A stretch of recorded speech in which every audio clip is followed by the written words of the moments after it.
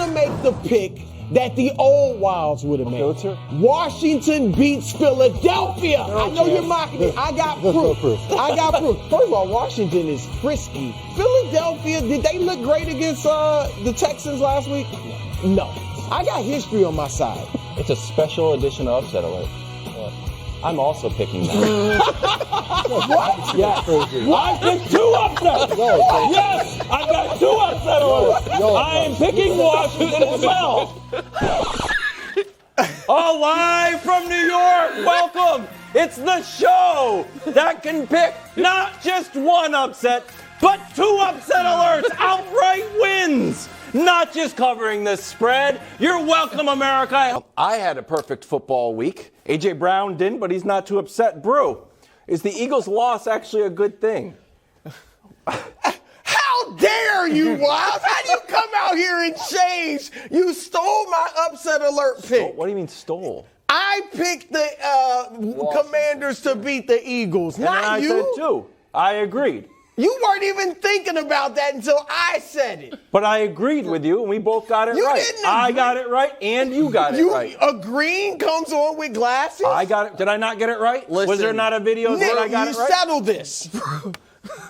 Brew, I reviewed the tape, and you were first in. Yeah. But then Wildes did join you alongside. Yeah, I got just it don't right. see how, Yeah, I like, got 2. we said that if you got it right, you were going to join Wildes or replace him on the upset alert graphic. But now that he also, I mean, he went 2 for 2. Oh, and gosh. you went 1 for 1. 2 for 2? Yeah, he got the Packers. It's just how I reviewed the tape. I'm not certain. It's weird. But good job by both of you. Good job by both of you. I'm doing this segment, like many, it seems like lately, under protest. All right. So What's the question? Is the loss a good thing? Yeah. Go ahead. Well, first of all, let me say this. I do not like what A.J. Brown said. Oh, really? Oh. It's all right for me to say it, us to say it. We're outsiders, right? I thought, I've said a loss would be good, right? Because I thought the pressure of 17-0, what would it be, 19, 20-0, whatever you got to go to win the Super Bowl, would be way too much. But I don't want to hear him say it at 8-0. At 8-0, like you're not 12-0, you're not 14-0 where it's really starting to be. I think that's a good point. You're 8-0 so it already was getting to them. Mm-hmm. Okay, so that's number one. And that shows that had they gone undefeated, the pressure of entering the playoffs undefeated would have crushed them. Because then it's almost like it's not just about winning a Super Bowl. It's about winning the Super Bowl and being undefeated. Right, being the greatest team ever. Absolutely. So number one, I don't like hearing that from him, but this was good for them. Because, as I said, the pressure would have gotten to him. It's one thing when you're an elite, you're like that much better than everybody. Even 2007, sorry to bring it up, the Patriots. I don't think it got to them, but the bottom line is they lost. When you're undefeated, you're human. So you get overly confident. Of course, we all remember Tom Brady. Oh, we're only going to score 14 points. Yeah. They had averaged 37 that year, right? And it got to him. So, Philadelphia is not head and shoulders above everybody else. Well, this is good for them. I don't think the loss is good for them. I don't think it's crushing. You don't think it's good for them? No, because I think they need to bank wins because I don't think they are a great, great team. I think they had a great record. And I think that they were playing with turnover luck fire. Fact. And winning the turnover battle in 8 straight games to start the season, there's a reason it was historically unprecedented. Because even if you're great at protecting the football and you're great at dislodging the football and you have ball hawking players in the secondary, the ball is going to bounce wrong a few times. The refs are going to miss a call. And the fact that the Eagles went this long in the season without having a game like that is, to me, I don't want to say concerning because they were undefeated, but it is an indicator that they are not as good as the record suggests. And so here are the 5 teams in football that have forced the most turnovers this year. And I think all 5 of them, their record is better than they actually are. Okay. No, hold on. The Bills. Yeah. I'm yeah, with you on the other 4. I do. The Eagles, are a very good team. They're not 8-1 good. The Vikings are not 8-1 good. Seattle has overachieved. The Patriots obviously have overachieved. Well, just for the record, the fact that our turnover differential is actually at 0 because we give the ball. You give the ball away a lot, which, by the way, with the Bills and the Patriots, it's similar in that regard. Okay, so we're good. Let me give you. So the flip side to that coin is there are 3 teams in the league that have a winning record that their turnover differential this year is -2 or worse. And I would argue you could say they are the 3 best teams in football. They are winning despite the turnover luck going against them. Kansas City, San Francisco, and Miami. Those 3 teams have had reverse turnover luck, and they are winning despite it. So when we are projecting forward for the season, for the postseason, and saying what is sustainable, what is not sustainable for teams, I am hesitant. Those 2 teams at the top in particular, those 3 teams at the top, Philly, Minnesota, and Seattle, which, by the way, right now would be the 1, 2, 3 seeds in the NFC, are they actually better at all than San Francisco, than some of the other teams? Or have they just been great at forcing turnovers, in Minnesota and Philly's case, great at protecting the ball, but that is going to regress to the mean at some point? And a little lucky. Yes. All right, so I'm going to take a quick trip down memory lane because we always have these battles. So I'll let you in behind the curtain, as Jalen Rose says.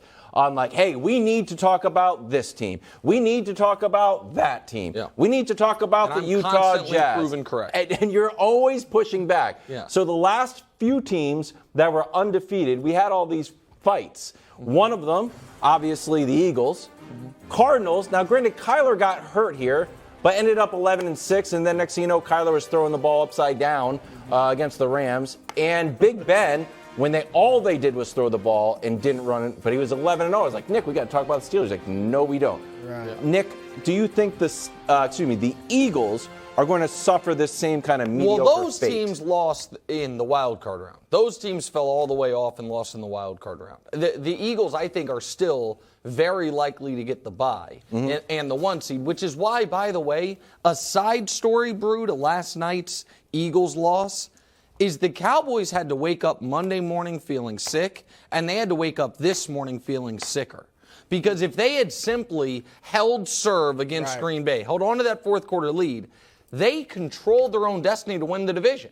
Because they would be in a position where if they can go and beat Philly, they would then, because of the better divisional record up to that point in time, have the tiebreaker with Philly having split the head-to-head. Now Philly trips up, and the Giants, I guess, are the team that's in position. Now, I don't think the Giants will, So I don't think Philly is fraudulent the way the Steelers and the Cardinals, I felt they were all year. Both those teams were fraudulent. But I also don't think they are a juggernaut. I don't think they are one of the 3 best teams, or one of the 2 best teams in the NFC right now. 2 best teams in the NFC. Yes. Okay, but I do still think they're a legitimate contender in the NFC.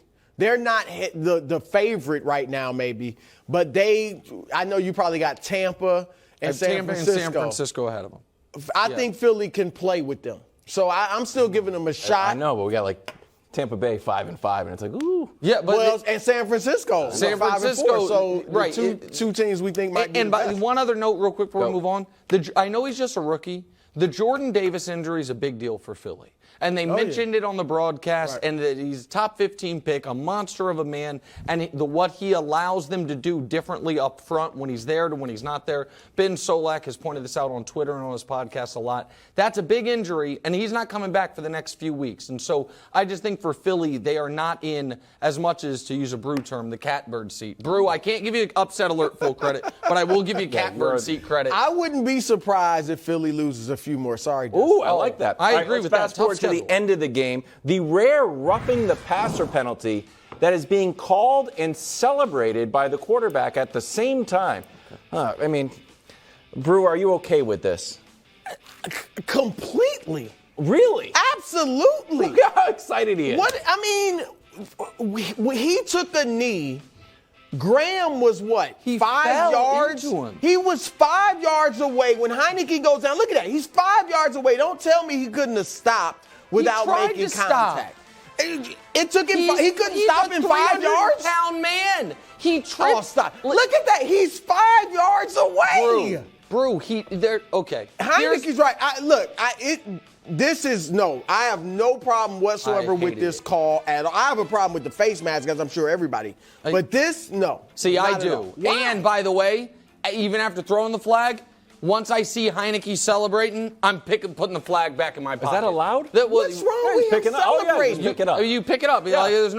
You can't. Wildes, you said it before the show. This is Wildes' point. He's right. Guys celebrating, drawing a flag when the flag is only there in a player safety mechanism is, to me, in poor taste. But more importantly than it being in poor taste, whenever stuff like this happens, I'm always talking about the unintended consequences. And I'm telling you right now, there are smart teams across the league that are talking to their quarterback saying, all right, listen, guys, if we're in a 4th and forever and a must-go-for-it situation, rather than do the, as Scott Van Pelt calls it, pitchy woo-woo, where you just do the laterals around like Philly, how they lost the game. Fake play. Let's pretend we're running a play, and right before the guys close in on you, irrationally and out of nowhere take a knee. And see if somebody falls into you. Because what he did was fell irrationally, into him. He went down. He was about to get sacked. He took a knee. He's clearly down. He didn't really and take it wasn't a knee. right before. Flop. His knee went on the ground. My point That's is, if you're the Philly defenders, he's 5 yards away. I get it. If you're the Philly defenders, you are not thinking at any point he's going to all of a sudden give himself up. That's right. You are in full pursuit with the game on the line. And then Heineke, I'm not saying he did this on purpose, but he might have discovered something here where it's like, oh, this is a different way to get an automatic first down. I just hated it. I thought it. And I can't believe you don't like it. The Jose Alvarado fan that you are, you don't like that? That's nowhere near what Jose Alvarado is up to. Really? No. Do you see Jose? It's like Rockets exactly the same. Got in Jose Alvarado's face. There's a little bonus.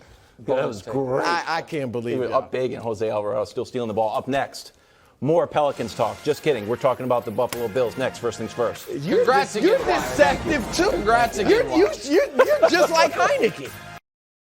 Thanks for watching. Subscribe here to get more from the show and to check out clips from other shows on FS1.